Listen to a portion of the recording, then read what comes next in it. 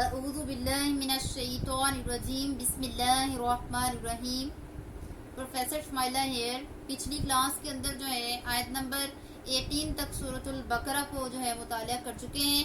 آیت نمبر 19 سے آغاز کرتے ہیں. You know that very well کہ بیک گراؤنڈ کے اندر جو ہے منافقین کا تذکرہ ہو رہا ہے اور ایک اگزامپل کے ساتھ جو ہے وہ تذکرہ میں نے آپ کے سامنے رکھا تھا.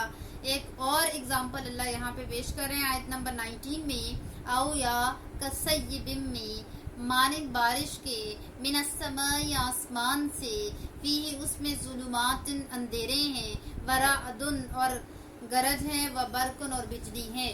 یا ان کی مثال بالکل ایسے ہے جیسے آسمان سے پانی برس رہا ہو, اس کے اندر اندھیرے بھی ہیں, گرج اور چمک بھی ہے.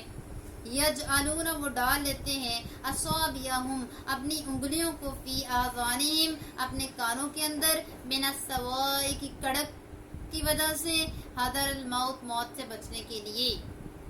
اللہ فرما رہے ہیں وہ اپنی انگلیوں کو کانوں کے اندر ڈال لیتے ہیں اس کڑک کی وجہ سے تاکہ موت سے بچ سکیں. کیا مراد ہے اس سے؟ منافقین کا تذکرہ ہے. جیسے رسول اللہ صلی اللہ علیہ وسلم کے اوپر وحی کی کیفیت نازل ہوتی تو ان منافقین کو یہ خوف لگا رہتا تھا کہیں اللہ جو ہے رسول اللہ صلی اللہ علیہ وسلم کو ان کے بارے میں آگاہ نہ کر دیں. اور ایک خوف انہیں یہ محسوس ہوتا تھا جیسے مسجد نبوی کے سپیکر کو ٹیسٹ کیا جاتا تو ان کی جان جاتی تھی کہ کہیں اللہ کے راستے میں جہاد کرنے کا حکم نہ آ گیا ہو. اور تیسری بات انہیں یہ ڈر محسوس ہوتا تھا کہ کہیں جو ہے اللہ کے راستے میں خرچ کرنے کا حکم نہ ہو. اس وجہ سے یہ اپنی کانوں کے اندر جو ہے انگلیاں ڈال لیتے تھے یہ شو کرنے کے لیے کہ ہم نے سنا ہی نہیں. واللہ اور اللہ محیط گھیرنے والا ہے بالکافرین ایسے کافروں کو. یکاد قریب ہے البرق بجلی یخطف اچک لے ابصارہم ان کی بصارت کو, قریب ہے کہ بجلی ان کی بصارت ہی لے جائے. کلما جب کبھی اضاء لہم روشن ہوا ان کے لیے مشوا چل پڑتے ہیں فیہ اس میں. جب اسلام کے موافق حالات چل رہے ہوتے ہیں تھوڑے بہتر حالات ہوتے ہیں تو یہ مسلمانوں کے ساتھ ساتھ چلتے رہتے ہیں. منافقین کا طرز عمل جو ہے یہاں بتایا جا رہا ہے. اور اذا جب اظلم اندھیرا چھا جائے علیہم ان پر کام کھڑے ہو جاتے ہیں. جب کسی قسم کی کوئی مشکل کوئی پریشانی اسلام پہ آتی ہے تو وہاں سے فوراً بھاگ جاتے ہیں. وَلَوْ شاء اللہ اور اگر چاہے اللہ لذہب لے جائے بسمعہم ان کی سماعت کو و ابصارہم اور ان کی بصارت کو. ان اللہ بے شک اللہ تعالیٰ علی کل شیء قدیر ہر چیز پر قدرت رکھنے والے ہیں. اگلی آیت کے اندر جو ہے انسانیت کو مخاطب کیا جا رہا اور پہلا خطاب ہے جو انسانیت کے ساتھ جو کیا جا رہا ہے. یا ایھا الناس اے لوگو اعبدوا عبادت کرو ربکم الذی اس رب کی جس نے خلقکم تمہیں پیدا کیا ہے.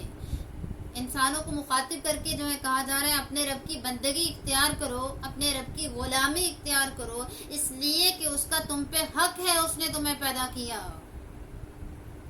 والذین من قبلکم اور تم سے پہلے لوگوں کو لعلکم تاکہ تم تتقون تقوی اختیار کرنے والے بن جاؤ, پرہیزگاری اختیار کرنے والے بن جاؤ. اگلی آیت کے اندر انسان کے اوپر جو اللہ نے نعمتیں نازل کی ہیں اس کا تذکرہ ہے. اللہ دی جس نے جعل بنایا لکم تمہارے لیے الارض زمین کو فراشن فرش, اللہ نے زمین کو تمہارے لیے آرام گاہ بنا دیا ہے. والسماء اور آسمان کو بناء چھت وانزل اور نازل کیا من السماء ماء آسمان سے پانی فاخرج پھر نکالے بھی اس پانی کے ذریعے سے من الثمرات پھلوں میں سے رزقن رزق لکم تمہارے لیے. اللہ نے تمہیں رزق پرووائڈ کرنے کے لیے پوری کائنات کو تمہاری فیسیلیٹیشن میں لگا دیا ہے. تمہیں فیسیلیٹیٹ کرنے کے لیے اللہ نے پوری کائنات کو تمہارے لیے مسخر کر دیا ہے. فلا تو بدلے میں تمہارا کیا ریئیکشن ہونا چاہیے؟ فلا تو پس نہ تجعلوا تم بناؤ للہ اللہ کے لیے اندادن کوئی شریک. یعنی اللہ کی نعمتیں استعمال کر کے، اللہ کی دی ہوئی چیزوں کا استعمال کر کے تمہارا اللہ کے اوپر حق ہے کہ تمہیں اللہ کے ساتھ جو ہے کسی کو شریک نہ ٹھہراؤ.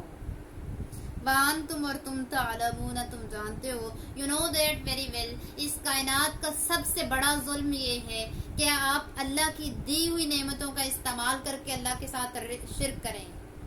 ان الشرک لظلم عظیم، بے شک شرک بہت بڑا ظلم ہے. قیامت والے دن ہر چیز معاف کی جائے گی سوائے شرک کے. اللہ تعالیٰ ہمیں جو ہے شرک سے محفوظ فرمائے. السلام علیکم ورحمۃ اللہ وبرکاتہ. جزاکم اللہ خیر.